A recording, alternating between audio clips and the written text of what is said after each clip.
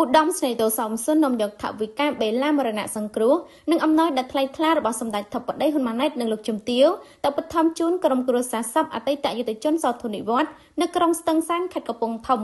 នៅព្រឹកថ្ងៃទី7ខែឧសភាឆ្នាំ2026ឧត្តមសេនីយ៍តោសំសុនមេបញ្ជាការតំបន់ប្រតិបត្តិការសឹករងអនុប្រធានប្រចាំការនិងជាប្រធានលេខាធិការដ្ឋាននៃគណៈកម្មាធិការសមាគមអតីតយុទ្ធជននិងនិវត្តជនកម្ពុជាខេត្តកំពង់ធំតំណាងឯកឧត្តមនុនផារតអភិបាលខេត្តប្រធានគណៈកម្មាធិការសមាគមអតីតយុទ្ធជននិងនិវត្តជនកម្ពុជាខេត្តកំពង់ធំអមដំណើរដោយលោកជួនសិលាវត្តប្រធានសាខាមូលនិធិជាតិជំនួយសង្គមអនុប្រធានសមាគមអតីតយុទ្ធជននិងនិវត្តជនកម្ពុជាខេត្តកំពង់ធំបាននាំយកថវិកាបេឡាមរណៈសង្គ្រោះទៅប្រគល់ជូនក្រុមគ្រួសារអតីតយុទ្ធជននិងគោរពវិញ្ញាណក្ខន្ធលោកពលបាលតូយូរួនដែលធ្លាប់បានចូលរួមចំណែកជាមួយកងយុទ្ធពលខេមរភូមិន្ទក្នុងការការពារទប់ស្កាត់ការវិលត្រឡប់មកវិញនៃរបបប្រល័យពូជសាសន៍ប៉ុលពតនិងចូលរួមកិច្ចការថែរក្សាសន្តិសុខសណ្ដាប់ធ្នាប់នៅក្នុងខេត្តកំពង់ធំដែលបានទទួលមរណភាពដោយរោគពាធនាពេលថ្មីកន្លងទៅនេះលោករួនសុករាតមានបងប្អូនចំនួន7នាក់ដែលត្រូវជាកូនបង្កើតរបស់លោកយូរួនហើយម្ដាយត្រូវបានទទួលមរណភាពកន្លងទៅនេះផងដែរបានរៀបរាប់ថា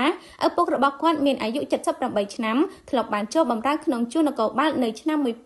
1985នៅអង្គភាពអធិការដ្ឋាននគរបាលក្រុងស្ទឹងសានខេត្តកំពង់ធំមានឋានន្តរស័ក្តិពលបាលតូហើយត្រូវបានក្រសួងមហាផ្ទៃបណ្ដាក់ឲ្យចូលនិវត្តន៍នៅឆ្នាំ2006ឧត្តមសេនីយ៍តោសំសុនបានថ្លែងនៅការសោកស្ដាយអាឡោះអាល័យជាទីបំផុតចំពោះការបាត់បង់លោកពលបាលតូយូរួនដែលជាអតីតយុទ្ធជនធ្លាប់មានគុណបំណាច់ចំពោះជាតិនិងមាតុភូមិជាឪពុកដ៏ល្អរបស់លោករួនសុករាតដែលត្រូវជាកូនបង្កើតនិងបានសូមគោរពបួងសួងដល់វិញ្ញាណក្ខន្ធគាត់ឲ្យបានទៅកាន់សុគតិភពកំបីឃ្លៀងឃ្លាតឡើយ